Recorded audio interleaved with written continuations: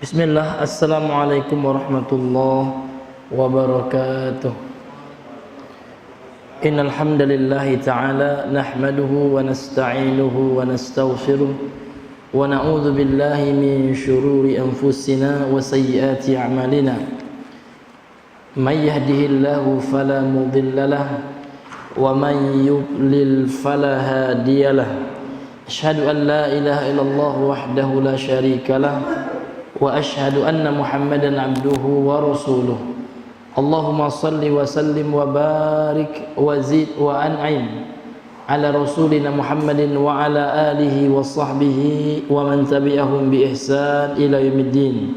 Qala Allah ta'ala fil Qur'anil Karim, ya ayyuhalladzina amanu ittaqullaha haqqa tuqatih wa la tamutunna illa wa antum muslimun, amma ba'd.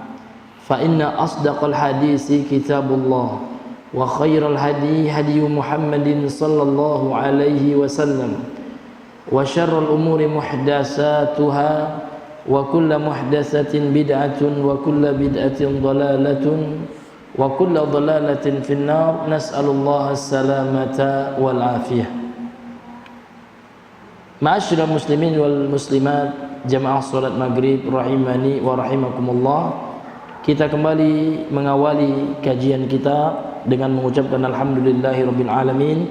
Segala pujian hanyalah milik Allah, pencipta pengatur alam semesta ini, yang telah memudahkan langkah kaki kita untuk datang ke masjid ini dalam rangka untuk mempelajari salah satu cabang dari cabang-cabang ilmu agama, yaitu ilmu fikih, yang mana pembahasan kita masih melanjutkan fikih as-siyam, fikih puasa pada pertemuan yang sebelumnya. Kemudian salawat beriringan salam kepada Rasulullah sallallahu alaihi wasallam. Allahumma shalli ala Muhammad wa ala ali Muhammad. Ma'asyiral muslimin yang Allah muliakan,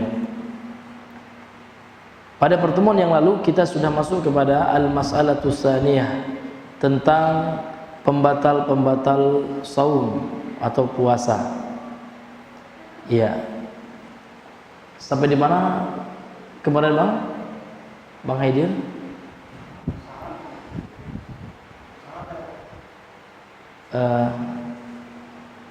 Kalau nggak salah sudah pembatal, sudah semua belum? Baru yang pertama atau sudah yang kedua?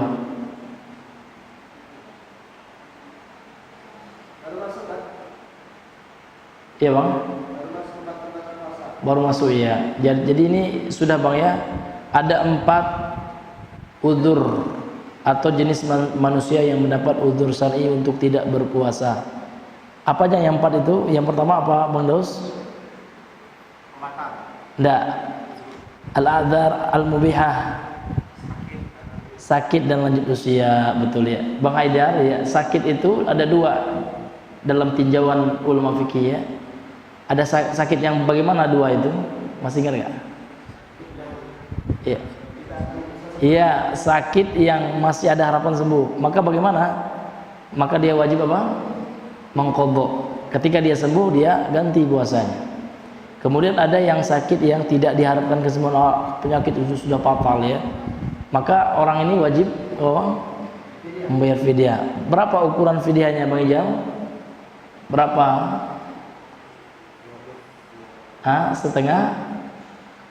Setengah sa' ya, nisfu sa' ya, harus diingat ya, dihafal ya, 2 mud sama ya, Masya Allah, beratnya sekitar 1,5 lah, 1 kilo 5 gram, 5 ons lah ya, ya 1,5 kilo loh. Nah ini ya, maka boleh juga dikiaskan ini kepada makanan kita ya, yang sudah lengkap bumbunya, lauknya Pak ya. Kemudian golongan yang kedua apa? Sakit dan lanjut usia ya kan. Yang kedua ya, safar. Safar yang bagaimana nih Bang? Safar dalam perkara mubah. Iya, niatnya adalah untuk melakukan hal yang diperbolehkan, mubah. Kemudian bukan untuk Bang, berniat untuk mengambil rukhsah. Artinya safar dia sengaja karena dia tidak tahan puasa. Nah, ini tidak boleh. Kemudian yang ketiga bang apa? Yang 2, 2, 3, 4 ini untuk ibu-ibu semuanya nih. Ya bang, haid dan nifas. Ini juga haram untuk berpuasa malahan. Namun mereka berdua wajib untuk mengqadha'nya. Kemudian yang terakhir apa bang? Ibu-ibu juga ini hamil dan menyusui. Ini ya. Iya. Oh sampai di situ ya bang ya. Ya. Baik, kita lanjutkan. Qala al-musannif rahimahullahu taala al-mas'alatu tsaniyah. Permasalahan yang kedua, muftiratus shaimi, pembatal-pembatal orang yang berpuasa atau shaim. Apa yang dimaksud dengan muftirat itu? Beliau berkata di sini, hiyal asya'ul lati tufsidu 'ala shaimi shaumahu wa tuftiruhu. Dia adalah perkara-perkara yang membatalkan puasanya orang yang berpuasa dan yang membuat dia berbuka tidak berpuasa. Jadi perkara yang membatalkan, merusak dan membuat orang yang berpuasa menjadi berbuka statusnya. Wa yuftiru sha'ima bi fi'li ahadil umuri taliyah. Bisa membatalkan puasa orang yang berpuasa disebabkan salah satu dari perbuatan berikut. Jadi di sini Bapak Ibu ada 7 pembatal puasa. Di kitab ini ada 7. Yang pertama, yang pertama al-aklu wasyurbu amdan, makan dan minum secara sengaja. Ingat ya, makan minum secara sengaja. Tapi kalau seandainya tidak sengaja, nanti akan kita bacakan hadisnya. Ya, ini tidak membatalkan puasa. Akan tapi setelah dia ingat, maka dia harus berhenti makan dan minum. Ya. Liqaulihi ta'ala, berdasarkan firman Allah Ta'ala, wa kulu washrabu, dan makan minumlah kalian hatta yatabayyana lakumul khaytul abyadu minal khaytil aswadi minal fajr. Allah memerintahkan di sini Pak, makan dan minumlah kalian sampai menjadi jelas bagi kalian benang putih dari benang hitam, yaitu tanda masuknya waktu subuh, itu fajar itu. Thumma atimmus siyama ilal lail, surah Al-Baqarah 187. Kemudian sempurnakanlah puasa sampai malam. Jadi malam dalam istilah agama apabila matahari telah apa bang? Terbenam, itu sudah dikatakan malam. Ini sudah malam ini. Nah, beda dengan orang yang menggunakan kalender Masehi, ini masih sore ya, jam 7 sore katanya. Kalau kita umat Islam enggak, Allah mengatakan ini sudah malam. Kemudian penulis berkata terhadap ayat ini Pak, ulama penulis kitab ini mengatakan faqad bayyanatil ayatu, dan sungguh ayat surah Al-Baqarah 187 ini telah menjelaskan annahu la yubahu lis-shaim, sesungguhnya tidak diperbolehkan lagi bagi orang yang berpuasa al-aklu wasyurbu, makan dan minum, dan melakukan pembatal-pembatal puasa ba'da tulu'il fajri, setelah terbitnya fajar ya. Setelah terbitnya fajar shadiq, yaitu waktu subuh, hatta laila, sampai malam. Kapan malam itu? Ghurubis syams, tenggelamnya atau terbenamnya matahari. Jadi yang waktu imsak itu Pak, waktu imsak adalah ketika masuk waktu subuh. Maka tidak boleh seseorang itu menetapkan waktu imsak ya sebelum waktu subuh, kecuali dia mengatakan sunnah, itu boleh Pak. Akan kita bahas nanti ya. Di antara sunnah itu Pak, kita makan sahur dan azan itu jaraknya ya 50 ayat Al-Quran yang kita baca. Hal ini nanti berdasarkan hadis sahih ya. Pertanyaan sahabat yakni Zaid bin Sabit, kalau nggak salah saya ya, bertanya kepada Rasulullah, berapa jarak antara makan sahur Nabi dan azan, azan subuh? Maka dijawab oleh Nabi, kam kana qadru bainahuma ya, maka Nabi menjawab qala qadru khamsina ayah. Rasulullah menjawab seukuran engkau membaca 50 ayat. Jadi 50 ayat ini Pak, ini relatif. Kalau Bapak baca ayat-ayat pendek, nah ini bisa cepat, 5 menit selesai kan gitu. Tapi kalau ayat-ayat panjang surah Al-Baqarah ya, ini mungkin 15 menit ya, 20 menit kalau paling lambat sekali kita baca. Artinya tidak jauh, tidak lama. Karena nanti akan kita bahas di antara sunnah ya, di antara sunnahnya makan sahur itu adalah takhirus sahur ya. Kita mengakhirkan sahur sampai mendekati waktu subuh, yaitu jaraknya sekitar kita membaca 50 ayat Al-Quran. Itu waktu sunnah. Namun ingat Pak, kami sudah sering menyampaikan bahwasanya ada sebuah hadis yang terkadang dianggap sahih oleh sebagian ya, akan tetapi yang pendapat yang kuat hadisnya lemah. Apa hadisnya? Idza sami'a ahadukumul adzana wa fi yadihi ya inaun ya fala yadhahu hatta yaqdi hajatahu. Yang artinya barang siapa yang mendengarkan azan kemudian di tangannya ada bejana atau ada sesuatu yang belum dia makan, yang makanan yang masih tersisa gitu ya, atau air yang masih tergantung pas minum, rupanya sudah terdengar azan gitu Pak. Maka telah kita sampaikan ini hadisnya dhaif ya, hadisnya lemah. Ini hadirin yang Allah muliakan. Kenapa lemah? Karena yang pertama bertentangan dengan Al-Quran ya, karena dalam Al-Quran Allah mengatakan dalam surah Al-Baqarah 187 tadi, Allah mengatakan makan minumlah kalian sampai waktu subuh. Nah, bukan ya sampai sudah habis makanan kalian, kalau masih ada sisa makan terus. Tidak ada Allah bilang seperti itu kan gitu. Kemudian juga bertentangan dengan hadis yang lebih sahih riwayat Imam Bukhari dan Muslim, yang mana Rasul mengatakan makan minumlah kalian sampai kalian mendengar azan Abdullah ibnu Ummi Maktum. Ini azan yang kedua. Nah, kemudian Imam Nawawi juga mengatakan, Imam Nawawi rahimahullah mengatakan kalau hadis itu dianggap sahih, maka yang dimaksud dengan azan dalam hadis itu adalah azan yang pertama. Karena kalau azan yang pertama di waktu subuh Pak, ini belum masuk waktu subuh, artinya masih bebas untuk makan. Maka jangan kita bermudah-mudah ya, sengajonian. Ada kawan Pak pas azan itu sengajonian dia nak sahur ya, tidak boleh. Ini hadirin yang dimuliakan oleh Allah Subhanahu wa ta'ala.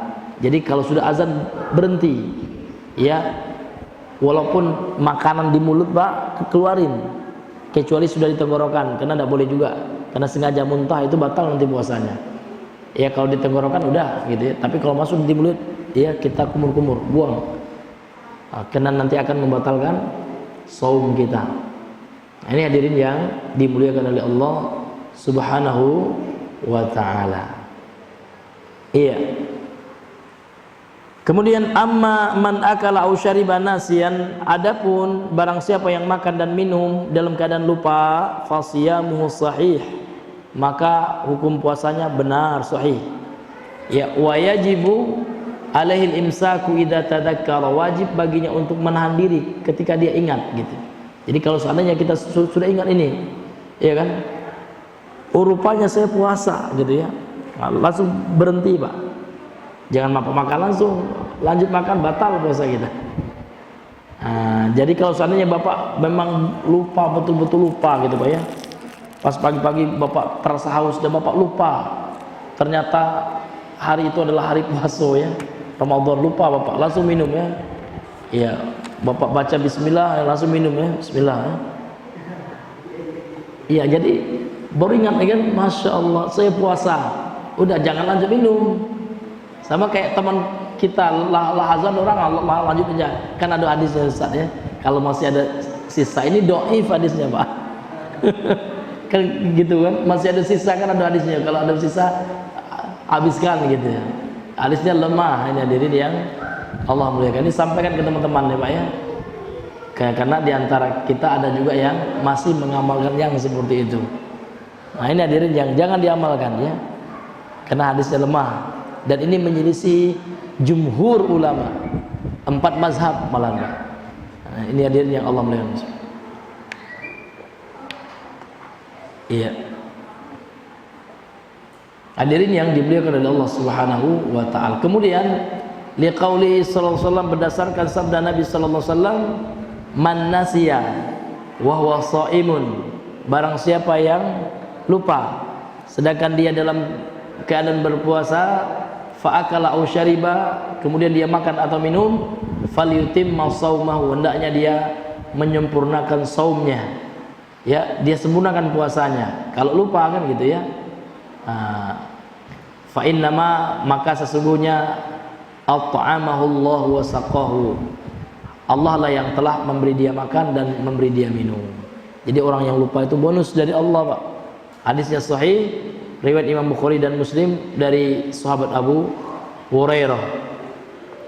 Kemudian yang semakna dengan makan minum ini, Pak ya, wa yufsidu shauma ya bisu'uti. Su'ut itu, Pak, adalah nama ya obat yang dimasukkan ke hidung. Ini biasanya obat orang asma ya. Su'ut itu kan bahasa Arabnya, istilah Arabnya ya. Kalau bahasa kita sekarang obat tetes hidung lah. Ini juga membatalkan puasa karena akan mengalir nanti ke tenggorokannya.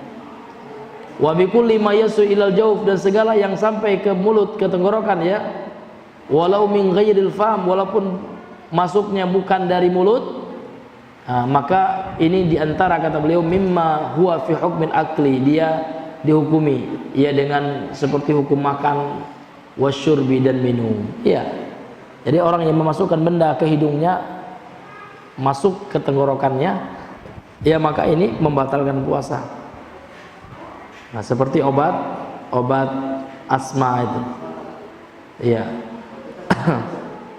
Nggak, kalau mata, kalau tidak masuk ke lubang tenggorokan enggak ya.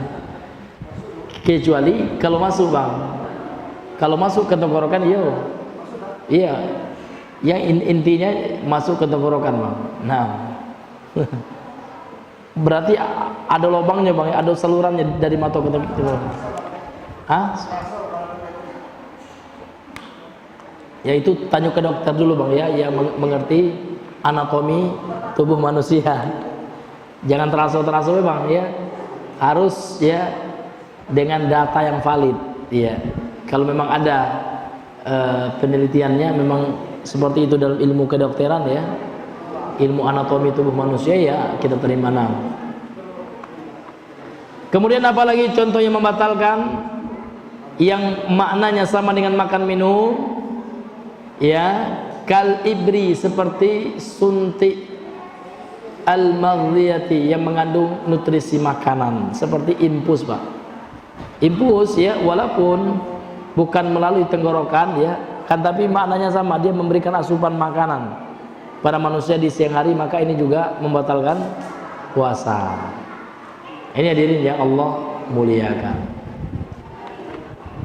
Iya, kemudian yang kedua, asani, pembatal puasa yang kedua, al-jima'u, jima' atau melakukan hubungan suami istri di siang hari. Ingat, Pak ya, yang membatalkan itu kapan, Pak?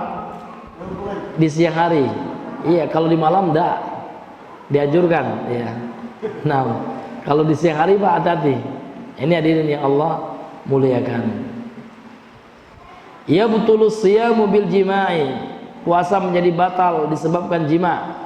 Faman jama'a wa huwa shaimun, dan maka barang siapa yang berhubungan ya dengan istrinya sedangkan dia dalam keadaan berpuasa di siang hari ya batalu siyamihi, ya batalu siyamihi, maka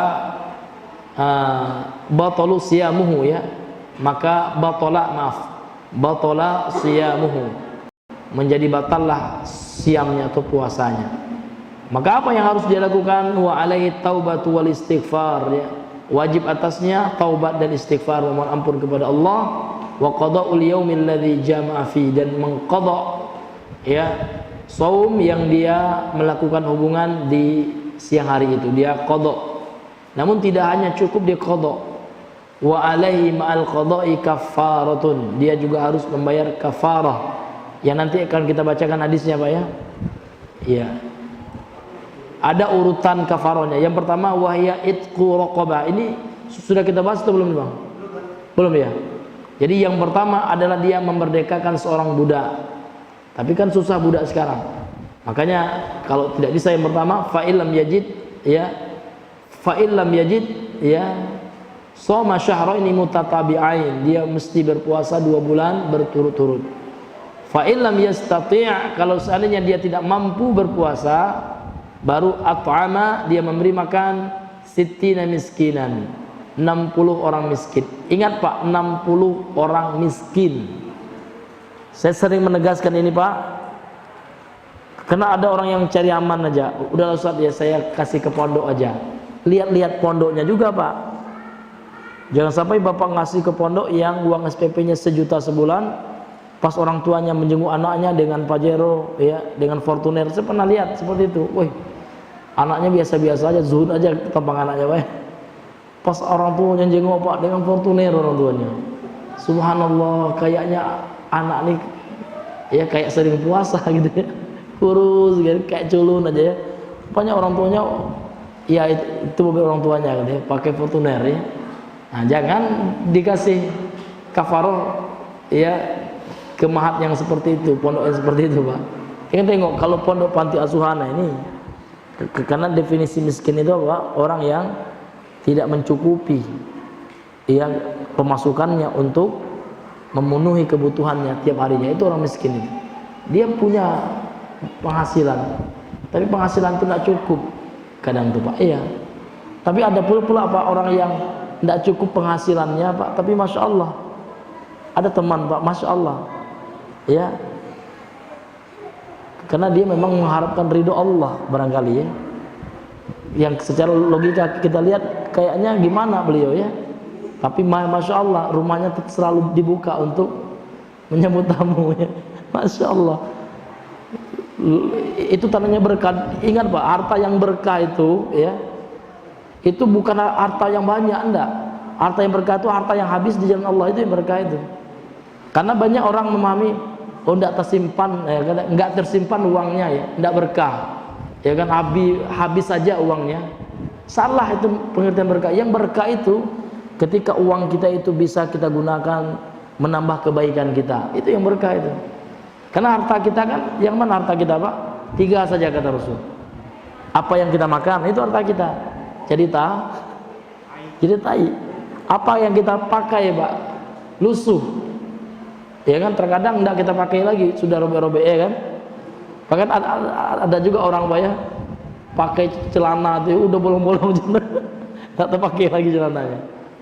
Dan apa yang kita sedekahkan ternyata itulah harta kita yang sebenarnya.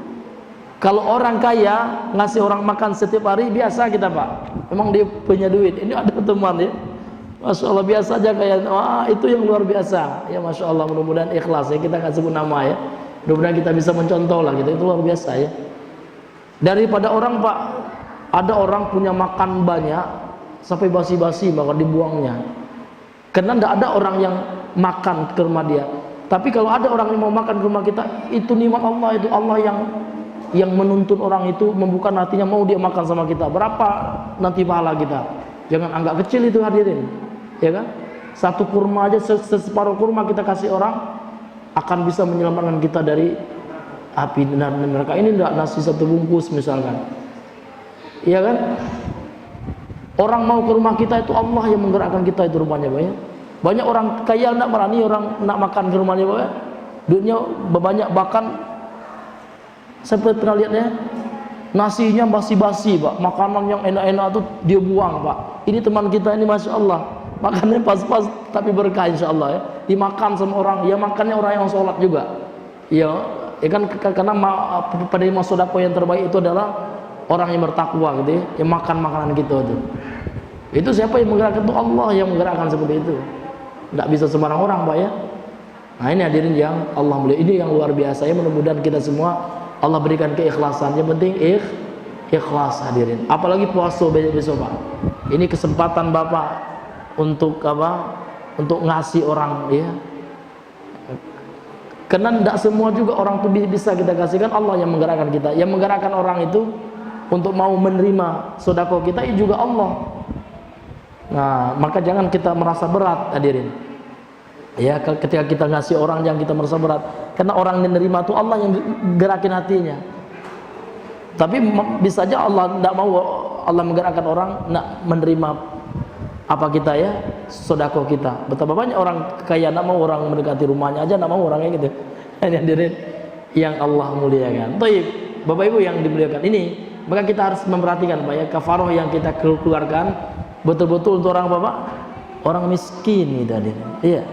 Jangan sampai ya kepada orang kaya kita kasih. Itu tidak tepat sasaran.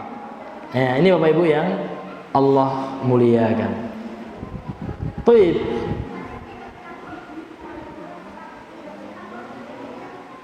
Kemudian ya, hal ini Bapak Ibu berdasarkan hadis sahih ini, li hadis si Abi Hurairah. Berdasarkan hadis dari Abu Hurairah radhiyallahu anhu qala, Abu Hurairah berkata, bainama nahnu julusun, tatkala kami duduk-duduk inda Nabi sallallahu alaihi wasallam, idz ja'ahu rajulun, tiba-tiba datang seseorang, Pak. Seorang laki-laki, faqala, laki-laki itu berkata, ya Rasulullah sallallahu alaihi wasallam, halaktu, wahai Rasulullah, celaka aku.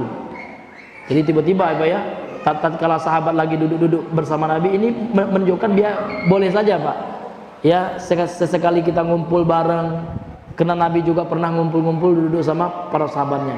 Jadi ketika Nabi sedang duduk-duduk itu Pak, tiba-tiba ada seseorang dengan ya rasa takut yang luar biasa, napas yang terengah-engah, dia langsung berkata, ya Rasulullah, celaka aku ya Rasul, gitu ya. Iya. Jadi Nabi juga kaget gitu ya. Faqala malaka, kata Rasul ya, apa yang menimpamu? Kenapa tiba-tiba kamu bilang celaka? Kenapa? Ada apa, kata Rasul? Maka laki-laki ini mengatakan, waqa'tu ala imraati wa ana shaim. Aku terjatuh ke pangkuan istriku sedangkan aku dalam keadaan berpuasa. Ini bahasa kiasan ya. Artinya dia melakukan itu dengan istrinya gitu ya. Iya.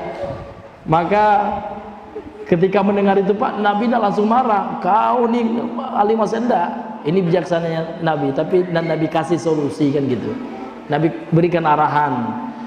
Apa kata Rasulullah adin yang dimuliakan oleh Allah Subhanahu wa taala? Faqala Rasulullah SAW menjawab, bertanya balik ya. Hal tajidu raqabatan tu'tiquha, apakah engkau punya seorang budak yang bisa engkau merdekakan? Qala la, laki-laki menjawab, tidak ada ya Rasul. Hal tastati'u an tasuma syahraini mutatabi'ain, kalau seperti itu mampukah engkau berpuasa 2 bulan berturut-turut? Ya, tidak boleh selang-selang Pak. Ya sehari puasa, kaget 2 pekan lagi Pak. Tidak, berturut-turut, berurutan ini. Maka laki-laki ini mengatakan, qala la, enggak mampu. Kemudian Nabi bertanya lagi, hal tajidu it'ama sitti miskinan, apakah kau punya makanan untuk memberi makan 60 orang miskin? Qala la. Kemudian ya orang ini menjawab enggak. Lantas jawabannya tidak semua. Akhirnya Nabi ya berpikir Pak, fama kata Nabi, kemudian Nabi diam sejenak gitu ya. Tatkala Nabi diam sejenak itu ya, laki-laki itu pun agak nggak bisa berkata apa-apa juga apa ya, apa ya, hilang apa namanya itu Pak, nggak tahu nak ngomong apa juga.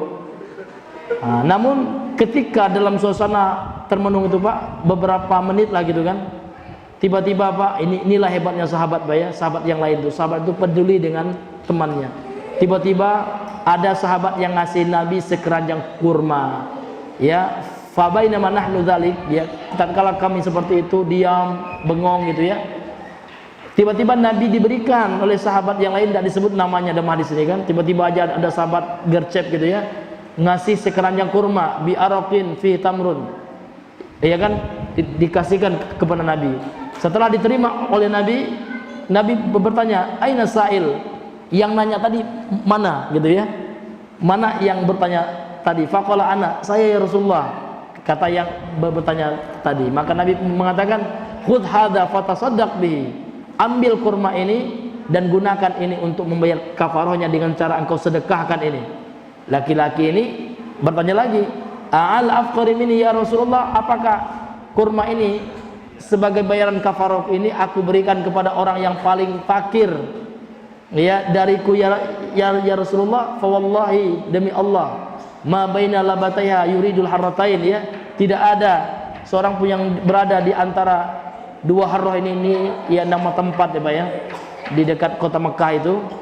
Artinya kalau kita terjemahkan secara bebas, demi Allah tidak ada ya seorang pun yang tinggal di daerah saya gitu ya, ahlu baitin, satu rumah tangga pun, afqaru min ahli baiti, yang lebih fakir dari keluargaku. Ya, artinya akulah ya Rasulullah orang yang paling fakir itu. Mendengar itu Pak, fadhahikan Nabi tertawa gitu sallallahu ya. Tidak ada marah Pak ya, masya Allah. Ya, hatta badat anyabuhu, sampai kelihatan gigi seri beliau. Iya, semeringah beliau kan.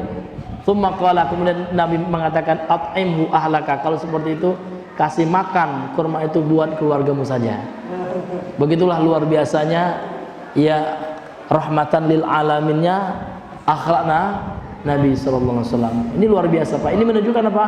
Nabi itu ternyata sangat dekat dengan orang miskin ya. Iya. Orang paling miskin ya. Nabi tidak pernah membulinya, tidak pernah mencemoohnya. Oh kau yang paling miskin punya, yang ada ya. Tapi Nabi malah disenyumin oleh Nabi, dan Nabi kasih kepada dia sedekah. Itu hadirin yang Allah muliakan. Inilah yang disebut dengan istilah ya, sengsara membawa nikmat ya. Awalnya dia memang ikhlas Pak ya, bertanya kepada Nabi karena dia khawatir ya akan mendapatkan sesuatu, tapi jangan pula Bapak praktekkan Pak. Udahlah seperti itu saya, ya, jangan. Ini kasus tertentu ini. Ini hadirin yang dimuliakan oleh Allah Subhanahu wa taala. Kemudian wa fi maknal jima', dan yang semakna dengan jima' itu Pak, mohon maaf ya, inzalul mani ikhtiyaran, ya, mengeluarkan air mani secara sengaja. Iya. Itu juga membatalkan saum. Ini hadirin yang dimuliakan. Fa idza anzala shaimu mukhtaran, ya, kalau seandainya orang yang berpuasa mengeluarkan, mohon maaf, maninya mukhtar, dia yang sengaja melakukan, kecuali Bapak mimpi Pak. Kalau mimpi basah itu tidak membatalkan puasa karena tidak sengaja. Ini tidak sengaja. Nauzubillah. Bitakbilin, baik dengan cara, mohon maaf, mencium ya. Jadi Bapak nafsu nggak bisa nafsu lagi ya, mencium istri langsung keluar Pak. Tapi kalau madhi yang keluar harus bedakan mani dengan madhi Pak. Kalau madhi keluarnya sedikit dan tidak dengan dengan cipratan ya, dan tidak terasa nikmat. Kalau madhi itu enggak. Tapi ini mengurangi, bahkan bisa membatalkan puasa juga Pak. Bukan sahnya, sah tetap sah supaya Bapak tidak wajib mengqadha, namun bisa membatalkan ya pahalanya. Karena orang yang berpuasa itu kata Rasulullah Pak, yada'u ta'amahu wa syarabahu wa syahwatahu min ajli. Orang yang berpuasa itu mereka meninggalkan makan, minum, dan syahwat juga. Makanya Pak, hati-hati. Apalagi yang baru menikah ini, pas menikah menjelang puasa Pak, ini ujiannya berat itu. Iya. Orang yang baru-baru nikah itu kan semangat 45 ya Pak ya. Iya. Iya. Maka hati-hati Pak ya. Nah, tapi kalau Bapak kan tidak ada yang apa nama itu? Iya. Tidak ada yang pasutri baru, enggak ada ya. Nah, ya insyaallah ya, kita mudah-mudahan diberikan oleh Allah kekuatan untuk menjauhkan diri kita dari segala yang mengurangi pahala kita di bulan Ramadan kelak. Ini hadirin yang dimuliakan oleh Allah Subhanahu wa taala. Kemudian yang ketiga pembatal dari puasa itu adalah at-taqayyu'u 'amdan, muntah secara sengaja. Apa yang maksud dengan muntah secara sengaja? Ikhraju ma fil ma'idah. Seseorang mengeluarkan apa yang ada di dalam lambungnya Pak. Kita sengaja kita keluarkan gitu ya. Min ta'amin aw syarab, berupa makanan atau minuman, antariqil fam, dari ya jalan mulut atau melalui mulut secara sengaja, amdan. Tapi kalau seandainya nggak sengaja Pak, amma idza ghalabul qay'u, Kalau seandainya dia tiba-tiba muntah tanpa dia sengaja gitu ya, wa kharaja minhu bi ghairi ikhtiyarih, kemudian keluar muntah itu tanpa ya kesengajaannya, tanpa pilihannya, fala yu'athir fi siyamih, maka ini tidak berpengaruh pada puasanya. Dalilnya adalah Rasulullah SAW bersabda, man dara'ahul qai'u falaysa alaihi qada'un, barang siapa yang tidak sengaja muntah, tiba-tiba aja dia muntah gitu tanpa ada faktor kesengajaan, maka tidak ada baginya qada', dia tidak ya harus mengganti puasanya karena puasanya sahih. Wa man istaqa'a 'amdan falyaqdi, maka barang siapa yang sengaja muntah maka batal puasanya, maka wajib baginya untuk mengganti, mengqada' dari puasanya tersebut. Kemudian yang keempat, ini masalah khilafiyah yang keempat nih Pak ya. Yang keempat adalah al-hijamah, itu berbekam. Wa hiya ikhrajud dam minal jildi dunal uruq, mengeluarkan darah dari kulit, bukan dari urat nadi ya, bukan dari urat ya. Famatah tajama as-saimu faqad afsada shaumahu, liqaulihi sallallahu aftarul hajim wal mahjum. Maka ketika orang yang berpuasa itu, kata beliau, ia melakukan bekam, maka rusaklah puasanya. Berdasarkan sabda Nabi sallallahu alaihi wasallam, telah berbuka atau telah batal puasa orang yang membekam dan yang dibekam. Wa kadzalika yafsudu shaumul hajimi aidan, demikian juga batal rusak puasa orang yang membekam juga, illa idza hajamahu bi alatin munfasilatin, kecuali ya ini Pak ada pengecualian ya, seperti zaman sekarang dia membekam dengan alat yang terpisah dari mulutnya, karena zaman dulu Pak pakai orang membekam itu dihisap darahnya ya dengan tanduk ya yang sudah dibakar itu. Nah, itu asbabul wurudnya, sebabnya kenapa Nabi mengatakan batal puasa orang yang membekam dan yang dibekam gitu. Ya. Wala yahtaj ila musil dam, dan tidak butuh dia untuk menghisap darah. Fa inna wallahu alam la yuftir. Kalau yang seperti zaman sekarang Pak, ini tidak batal. Jadi bekam yang batal itu kalau dihisap zaman dahulu gitu. Kalau zaman sekarang enggak, karena yang menghisap bukan mulut lagi ya. Yang menghisap apa Pak? Alat bekam itu ya. Ini dirinya Allah muliakan. Kemudian wa fi ma'na al-hijamah, dan yang semakna dengan hijamah adalah ikhrajud dam bil fasdi, mengeluarkan darah dengan pengobatan Arab kuno, itu fasdu Pak. Jadi kalau Bapak lihat di YouTube ya, fasdu itu Pak, darah Bapak dikeluarkan dari nadi, dibiarin mencecer, ditampung dengan alat seperti yang digunakan oleh PMI itu Pak. Biasanya ada memang orang-orang yang mempelajari cara pengobatan fasdu ini. Kalau saya tidak salah itu, kalau pernah lihat teman itu katanya ada ustadz juga yang suka memfasdu itu. Ya, siapa namanya lupa saya. Nah. Kemudian apa lagi Pak? Wa ikhrajuhu min ajli tabarru', mengeluarkan darah dalam rangka untuk donor. Tabarru' itu donor Pak ya. Min ajli tabarru'i bihi, dalam rangka untuk menyumbangkan darahnya atau mendonor darahnya. Nah, maka ini juga membatalkan puasa, karena darah itu Pak mengandung zat makanan.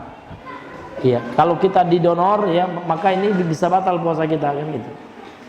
Amma khurujud dam bil jurhi, adapun keluarnya darah disebabkan luka, au qal'id dors ya, dorsi au ri'afi fala yadur, atau ya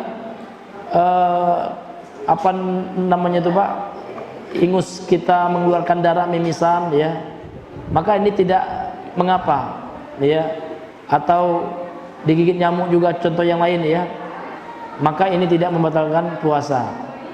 Ya, luka digigit nyamuk, digigit nyamuk ya. Ya. Atau mimisan ya, fala yadur, maka ini tidak ya membahayakan atau tidak berdampak kepada puasa kita. li'annahu laisa bihijamatin, karena dia keluar bukan dengan dibekam, wala fi ma'naha, dan juga tidak semakna dengan ya hijamah tersebut. Nah, ini hadirin yang dimuliakan oleh Allah Subhanahu wa taala. Jadi al-hijamah ini Pak, ini kalau membatalkan kalau dihisab. Nah, kalau hijamah atau bekam yang sekarang ini insyaallah ini tidak mengapa. Ini hadirin yang dimuliakan oleh Allah Subhanahu wa taala. Kemudian yang ke berapa lagi Pak? Iya. Kemudian yang kelima atau yang keenam? Yang kelima ya. Iya.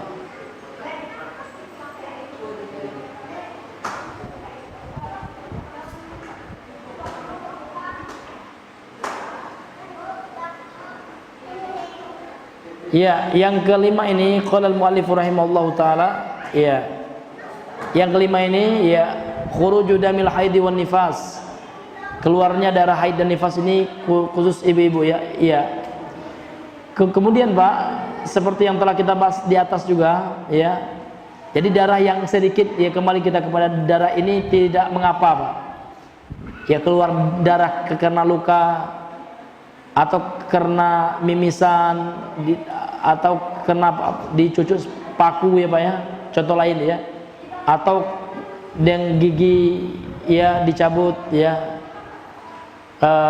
mengeluarkan darah itu ya, kalau ya gigi mencabut gigi ya, au qal'id dorsi itu juga ya, mencabut gigi itu juga tidak membatalkan puasa gitu.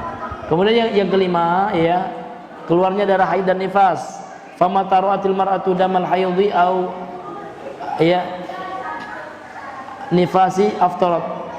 Ya, maka ketika seorang wanita melihat ya keluar darah haid atau darah nifas, maka otomatis batal puasanya. Bahkan kalau dia berpuasa, dia niatkan puasa haram. Karena tidak boleh ya.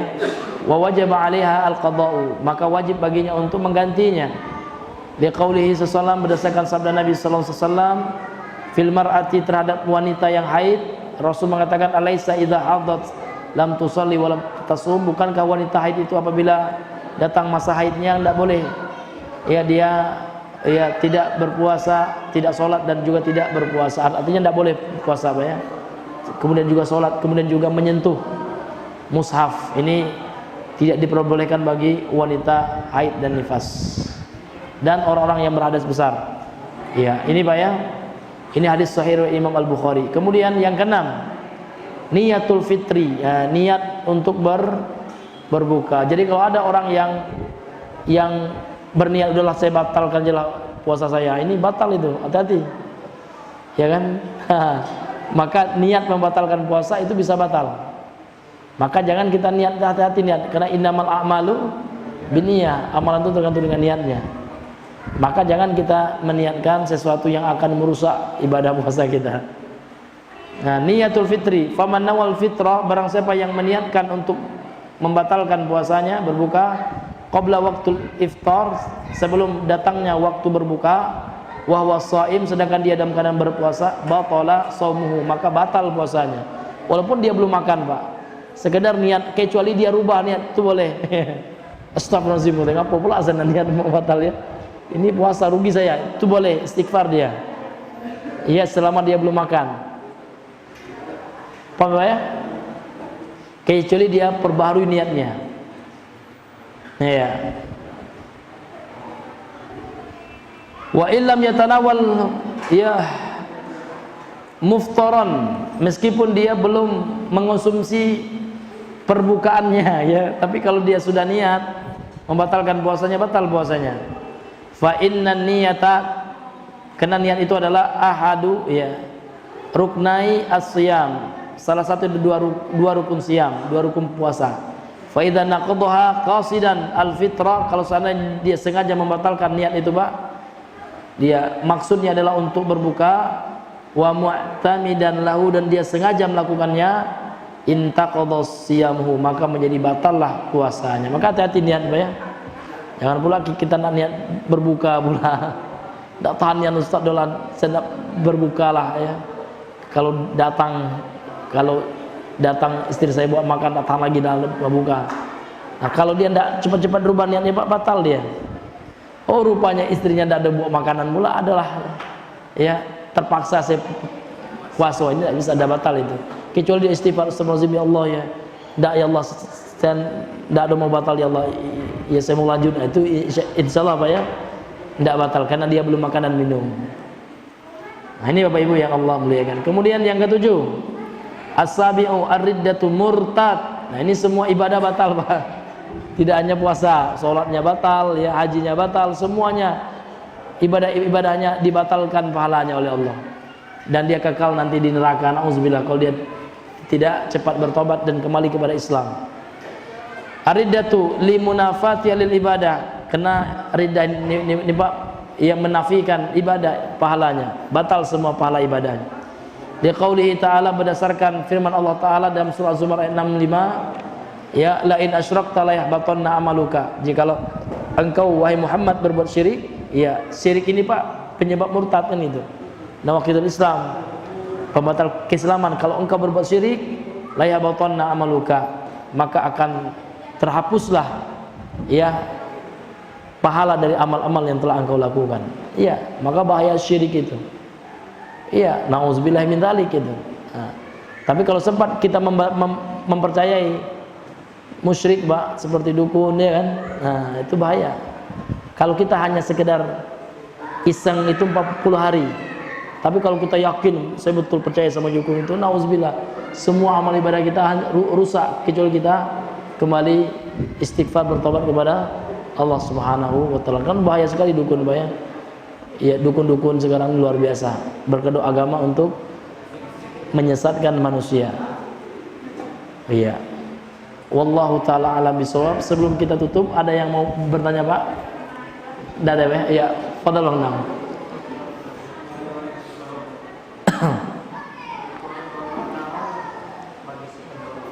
Iya. Iya, bagi si pendonor juga Bang. Iya. Karena dia menyalurkan makanannya. Kan dalam darah itu kan ada ini ya. Iya. Ini dalilnya mana? Dikiaskan kepada hadis tadi ya, aftarul hajimu wal mahjum. Ya, ini menurut ya sebagian pendapat lah ya Bang ya. Iya. Kalau dalam madhab yang dipakai oleh penulis kitab lebih cenderung kepada Hambaliyah.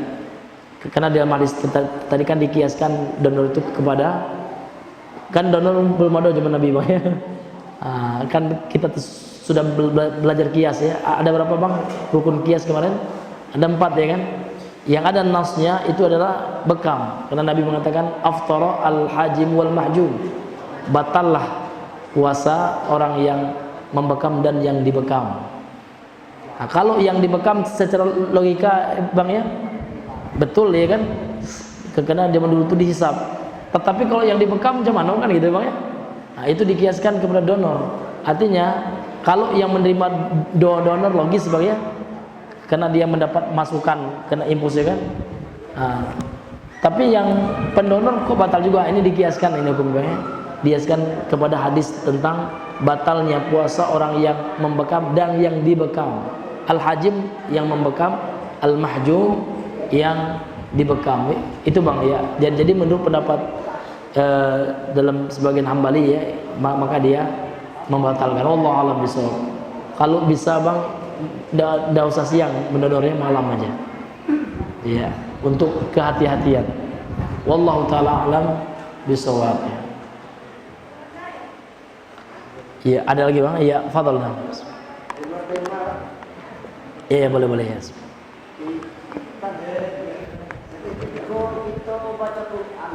Iya. Iya. Nah, itu sujud itu Allah Akbar. Sudah. Apa sujud? Boleh, ya. Sunnahnya Allahu Akbar ya. Iya, Allahu Akbar sujud. Nah, boleh Bang ya. Kalau sholat? Ya Bang? Sholat pakai sejadah. Maksudnya? Sholat pakai sejadah sebelum jemaah. Oh iya. Oh toyib ya, itu ya disunahkan kita namun itu bukan takbir apa ya? Itu bukan takbir sholat, bukan takbir ihram, bukan ya, bukan takbir intiqal. Nah, itu hanya takbir khusus ya untuk sujud kepada Allah. Makanya hukumnya sunnah gitu. Allahu Akbar ya. Jadi imam memberikan aba-aba ya untuk menandakan sujud tilawah, boleh bang, Allahu Akbar ya. Namun terjadi perbedaan pendapat ulama ketika rafa ya, ketika dia telah sujud ya. Ada ulama yang mengatakan langsung aja dia baca tatajafa junubuhum anil madaji yad'una rabbahum khaufan wa tama'an gitu. Langsung aja membaca ayat itu. Kemudian ada juga ulama yang mengatakan ketika khafat ya, ketika dia sujud dan mengangkat kembali kepada membaca ayat yang selanjutnya, kedua-duanya membaca takbir juga boleh. Itu masalah khilafiyah dan dua-duanya insyaallah ya masih dalam ranah khilafiyah ijtihadiyah gitu ya. Iya, artinya boleh kedua-duanya boleh diamalkan lah ya. Bukan perkara yang besar gitu kan. Wallahu a'lam bishawab. Ya. Baik, ya karena ingat waktu Bang ya, mungkin kita cukup dulu sampai ya di sini. Subhanakallahumma bihamdika asyhadu an la ilaha illa anta astaghfiruka wa atubu ilaik. Assalamualaikum warahmatullahi wabarakatuh.